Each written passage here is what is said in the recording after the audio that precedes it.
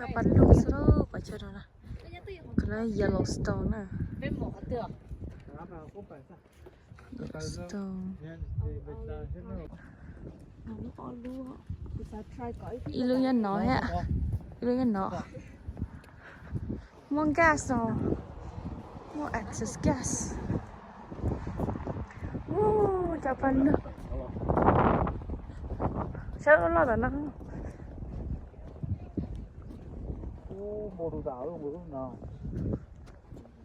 chị lúc ấy trên này này nhỏ, lúc nó này nhỏ.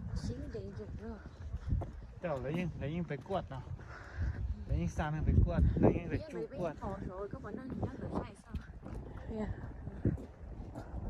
Nó sẽ xì để thay đổi picture nó nè.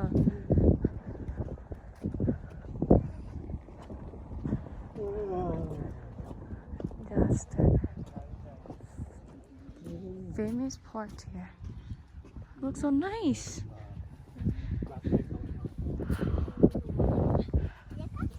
Wow, looks so nice.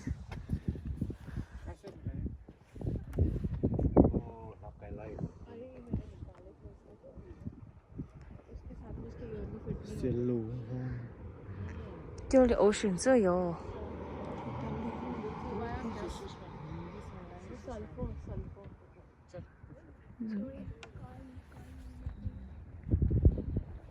Rất là xíu nó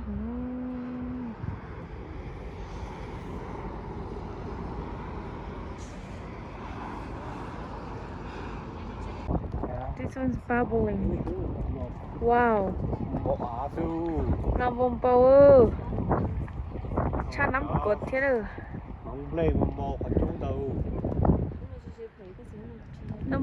Nó để chỉ clear ya. Cái chim. Em chim bò này.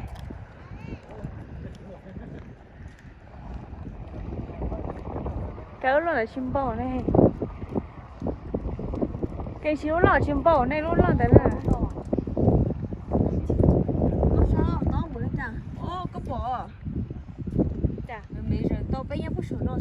Wow, it's deep.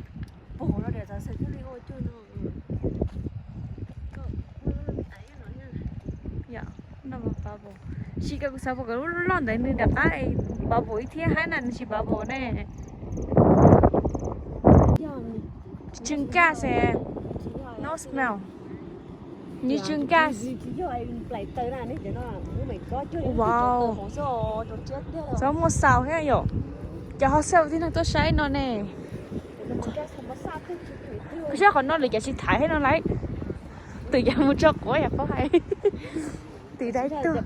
Wow, look at this one. Look. Wow. Oh gosh. This one's don't try to. Wow. I know this one's so crazy. Wow. Cứ để chả nó to liều. Nó là ăn co tìm lo.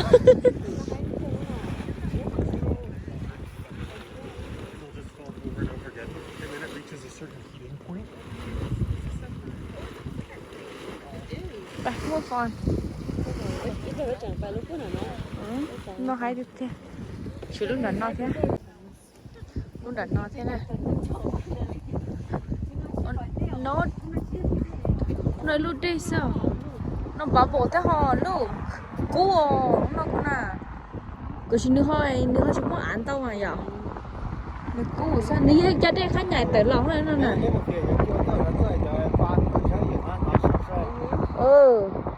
Sẽ lưu sao? Bye bye next one. Nên chống thực tế lúc phong rồi nè. Phong là mà thống các cái chất sống này luôn nè.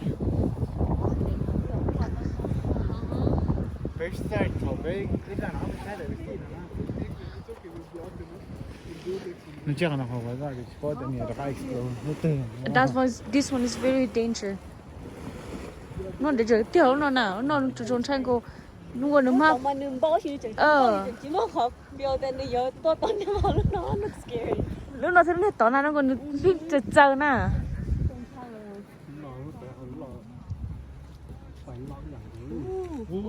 Giờ hay điều. chả mấy cái nuôi mồi mấy người chỉ lo này mấy người tia mấy người lo cho người tia nên cho phai nó thế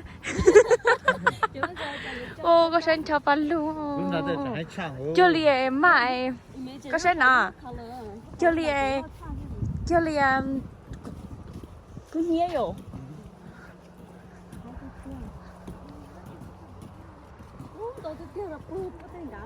lúc đó người do về sự yeah tao lúc đó người chúng nó khâu vào cái ta rồi chỉ cần nó start qua nó mình chỉ safe là người chúng nó khâu vào cái ta nó đấy bây giờ đấy thì thế là nó lớn cứ sao đến giống như chọn Grand Canyon là xin chi mà lý do là basically chứ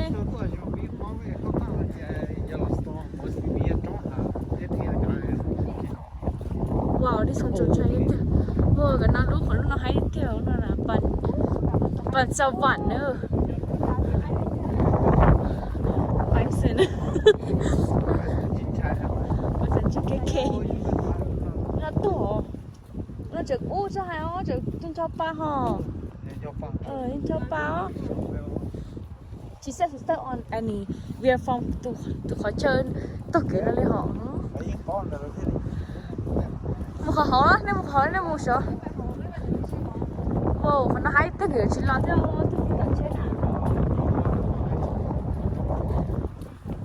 lúc cứ 100 mấy người đã cả xa lúc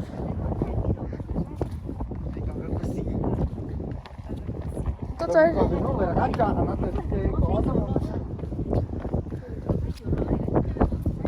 cho con luôn nếu có tôi rồi Grand Canyon trên cái Canyon là Yellowstone này có chỉ tốt bỏ hot pot này có mấy sao nữa hả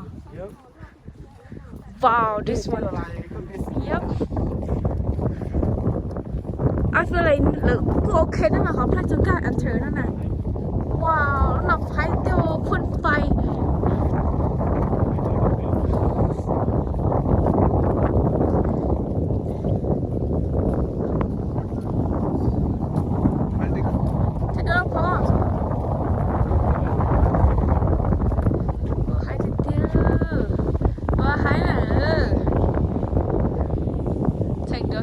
xa hiểu chí bỏ hoan tí cho nhá sổ ấy sao vặn chứ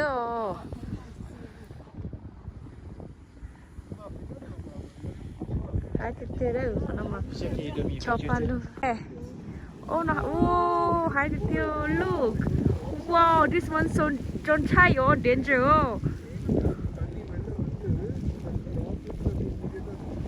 wow nó hai cái tê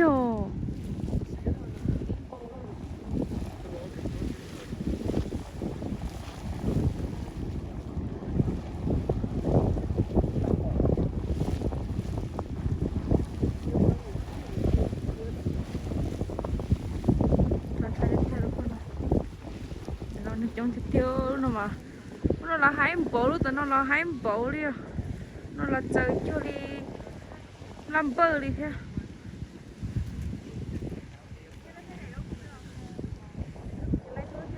Cho ba hái tiêu nó là cái gì nào? Hái tiêu rồi. Nó hái tiêu rồi. Chơi khó đùa đó, lúc phong là mình đã thích tiếc thứ sáu để một chế lấy xin chơi khó lâu khó nè bao số một còn nào mới thì cho nó thế đen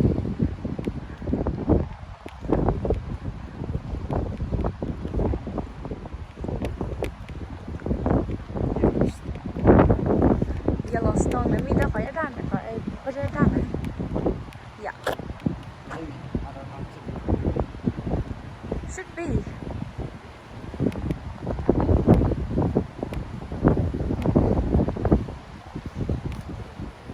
nó có hai sắp lời nữa không? Cái nó lo hấp tở lúc mà quay lúc vùng lo hấp cái lúc nó nung mồi đúng không và cái nó kia nè dạ nó còn nếu mà phải nên là like để là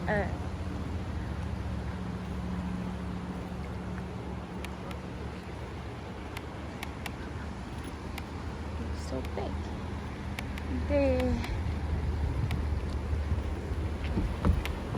tao khỏi Yellowstone chơi form cho bây giờ đàn đấy Yep. bây giờ bây giờ cánh chắc ủi thế nhẹ cơ đây là cái tiêu nó một cái sân xuống đây đây nó lo cái tiêu that's why phố thì nhẹ tới đây nào mà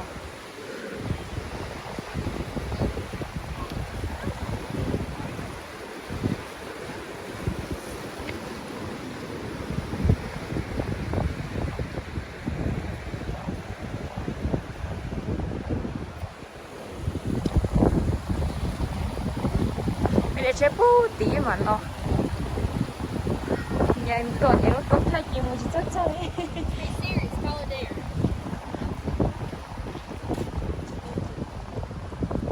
Aslında ne baba anlat ya. Renk kadar kağıt. nhà thế rồi sao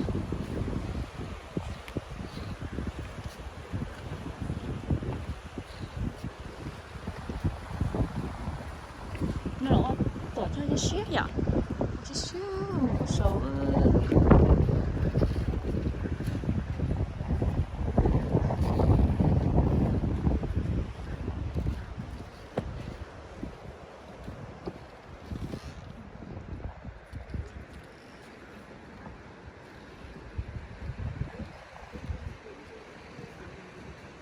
cho lên chơi một số ấy sao vần sẽ hả dạ cái này thôi cái này giăng rồi giăng đấy chứ giăng rồi giờ sẽ cái tiền lò lì á giờ sẽ lò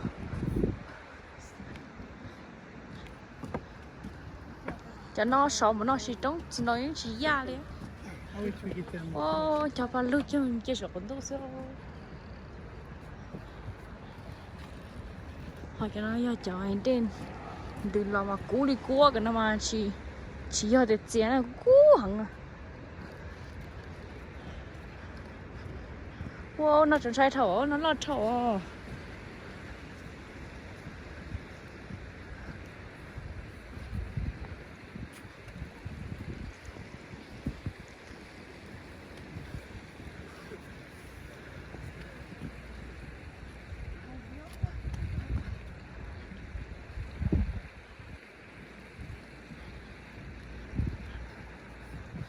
the golden ball. This is big. Nó lo Very big. yeah, lo khởi xin nữa. Ôi chà, đi ai? Đây xí. Chú có mông bò hả nhở? Pop. Chú mà khỏi different type gì vậy ta nè. Ôi lo sọ thịt tiêu rồi nó nè. Ô sọ thịt tiêu liều. Kulu. Kulu hả? Nói chơi trong một cái đen tới hết chứ không li ocean nhỉ chưa xí họ một khoản xin chia xí xí á ô nhà bà lu lo thì tiêu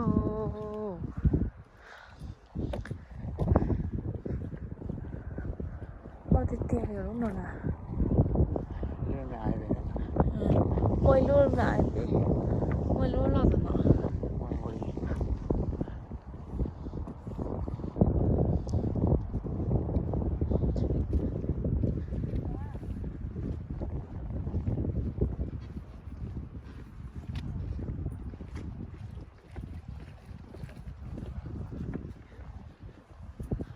nó lo thì tiêu vào vụ số chơi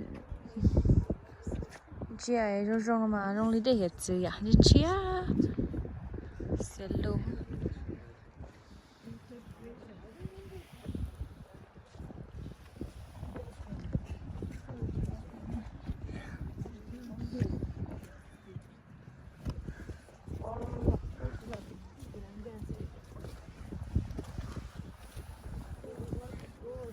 เดินทางมันจะรถเมล์แต่นั้นรถเมล์กินนี่ไม่ไอ้มาตัดไปว้าวลูกไอ้ซักเลยนี่จะได้แต่โอเชียนเลยกันนั่นแต่สิ่งนึงใจจะขอแต่หมกปลาไม่รู้ไม่ได้เราแต่สิ่งเรากินที่ลูกก็ตาไม่ใช่ต่อสิชิบไป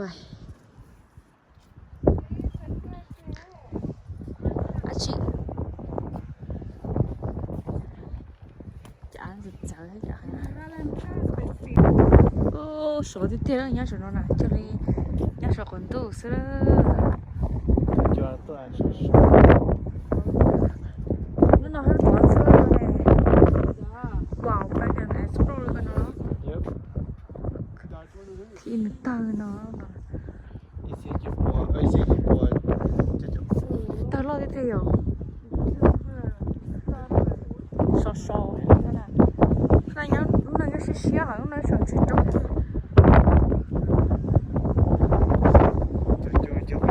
wow sao nó chơi mà chú sao đi đi về một kiểu nó chỉ đi về tới mà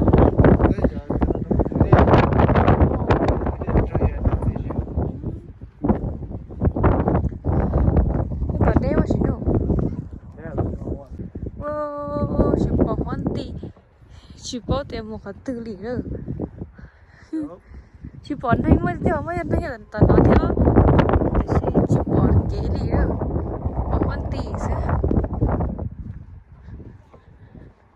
wow có sáng mà tôi đây thì tiêu liều xả lư thế tia thì yep chỉ bỏ kế lý đâu sao sao vậy wow chơi đi mai chú sao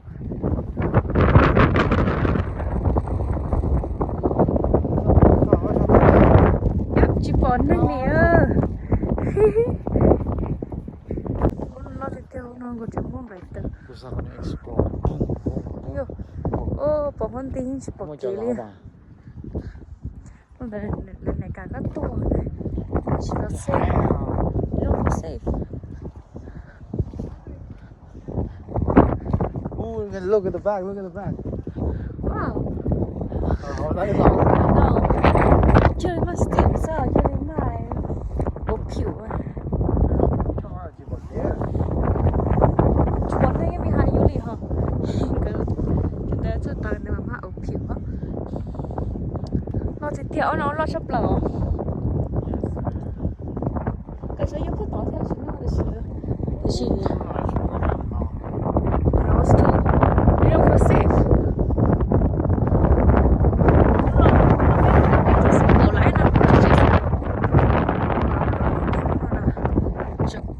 so nhá nó this one just color nice so yo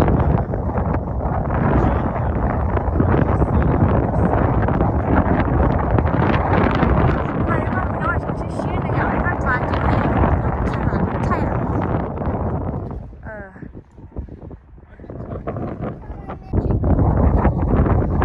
so nice color right there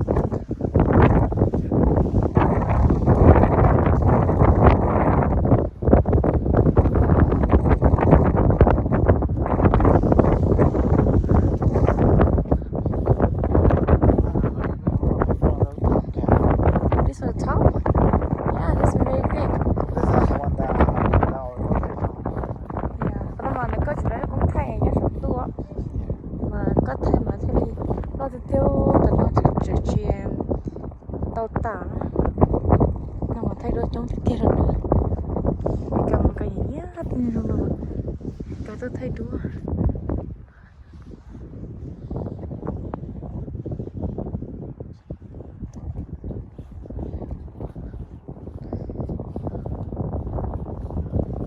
đúng chia sao